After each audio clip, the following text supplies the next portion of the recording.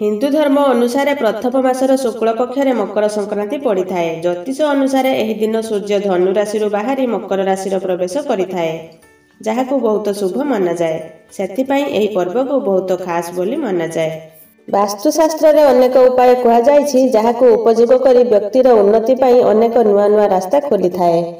आम समस्ते चाहि थाउ सुखमय जीवन बीतेबा पाई, किंतु आजिका डेट्रे जदि टंका नाही तो तेबे जीवन रे केबे भी सुखमय होई न थाए। शास्त्र को जदि मानिबा तो एही दिन व्यक्ति जेउ भी कार्य करिथाए ताकू 1000 गुण पूर्ण मिली थाए। मकर संक्रांति दिन सकाळे चुपचाप निज घर चारिपटे एही गोटे जिनिस बुणी दियंतु। देखिबे आपणक भाग्य एते बदली जिवो जे आपण विश्वास करि परिबे नाही। कोन आपण जानिछंती एही कला राशि आपणक भाग्य बदले देई पारे। एही कला राशि द्वारा धनर आगमन होई पारे एवं तार अटकी जाइथिबा काम मध्य पूरा होई जाए।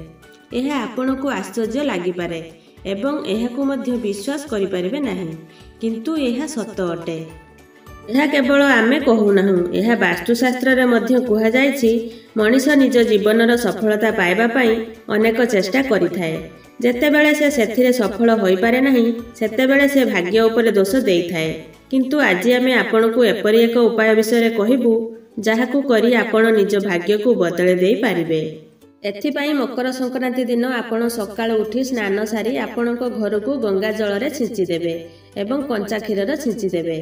तापरे 7 मुठा कला राशि नेबे, ताकू आपण निज ऊपर 7 थर बुलेई आनिबे एवं सेही कला राशि को बुलेइबा समय रे आपणकर जहा सबु असुविधा थिबो मने मने कहिबे। तापरे निज घर चारि पाखरे सेही कला राशि को बुणी देबे।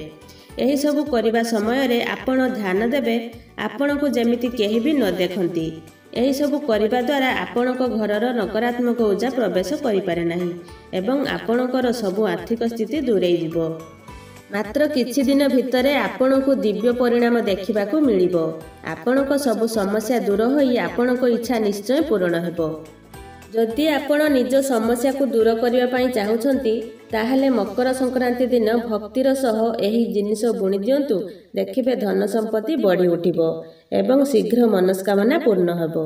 आशा करूची भिडियोटी आपण मानकु पसंद आसीथिबो। जदि पसंद आसे भिडियोटी को लाइक करंतु आ अन्य मानक सहित शेयर करंतु। जदि हम ओडिया घर परिवार चैनल को सब्सक्राइब करना हती ताहले सब्सक्राइब करि नियंतु। धन्यवाद।